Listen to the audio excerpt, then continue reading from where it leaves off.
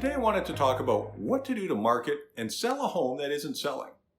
Thanks for watching this video. I'm Dwight Streu, the Dwight Streu Real Estate Team.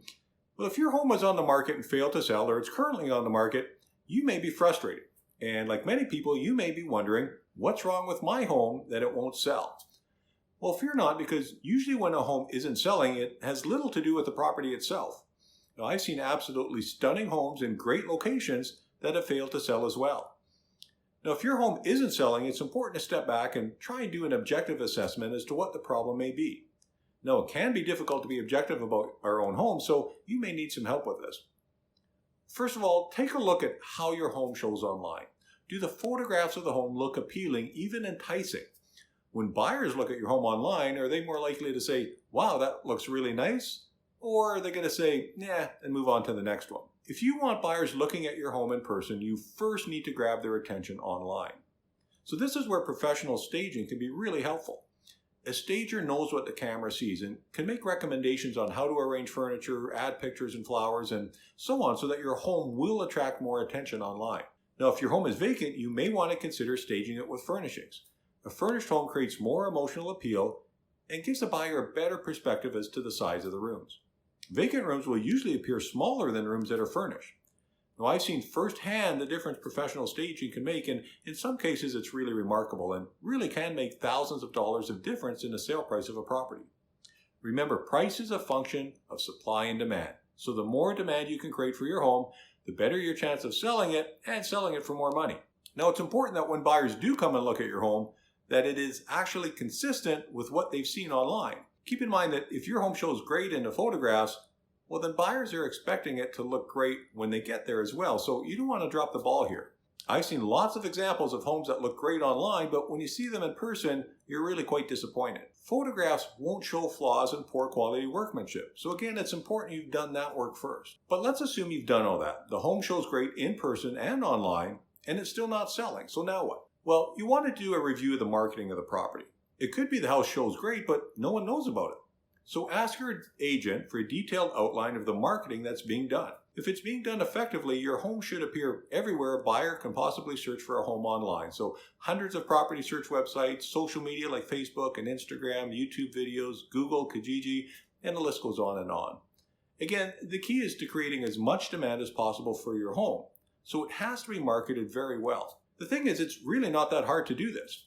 The great thing about online marketing is you're able to target specific demographics of buyers who may be interested in your home. For example, is your home best suited to a first-time buyer? Well, then you want to target younger buyers who are currently renting. Or do you have a larger family home? Well, then you want to target people maybe in their 30s and 40s who have growing families. Now, often these buyers will already own a smaller home in your neighborhood, and they just want to move up in the same area so the kids can stay in the same school. So it's important to know who your target market is and then market to them for maximum effect.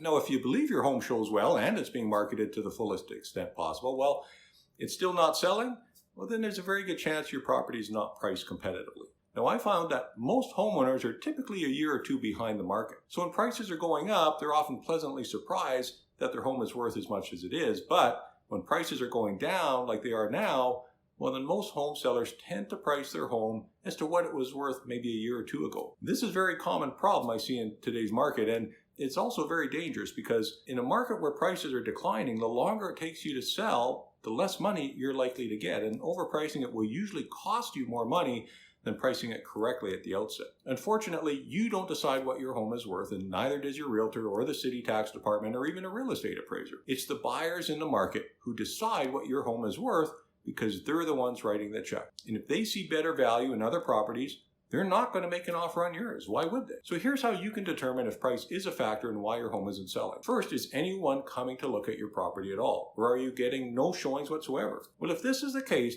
you're likely significantly overpriced. And buyers are determining that it's not even worth their time to look at your home in person. If you're getting showings but no offers, then you're likely somewhat overpriced, but not grossly overpriced. Buyers are choosing to look at your home, but likely buying other properties because they feel they offer better value. As a rule of thumb, you should have an offer within 10 showings, and if not, it's time to re-examine your price. Now, how you'll know you're close to market value is if you have buyers coming back for a second look or even a third look. Usually this means you've made their shortlist, and it's one of their top choices. So if this is happening, you may just need to give it a little bit more time or make a small price adjustment. Now, you may not like what the market is telling you with regards to your price, but if you want to sell your home, you will need to adjust your expectations to where the market is, because unfortunately, the market will not adjust to your expectations. The market is what it is, and you have to work with it if you want to be successful. Well, I hope this video has been helpful. As always, if you have any questions about anything in this video, please don't be afraid to reach out to me, Dwight Streu at 780-462-5002, or by email at dwight@dwightstreu.com. Thanks again for watching. Hope you have a great day.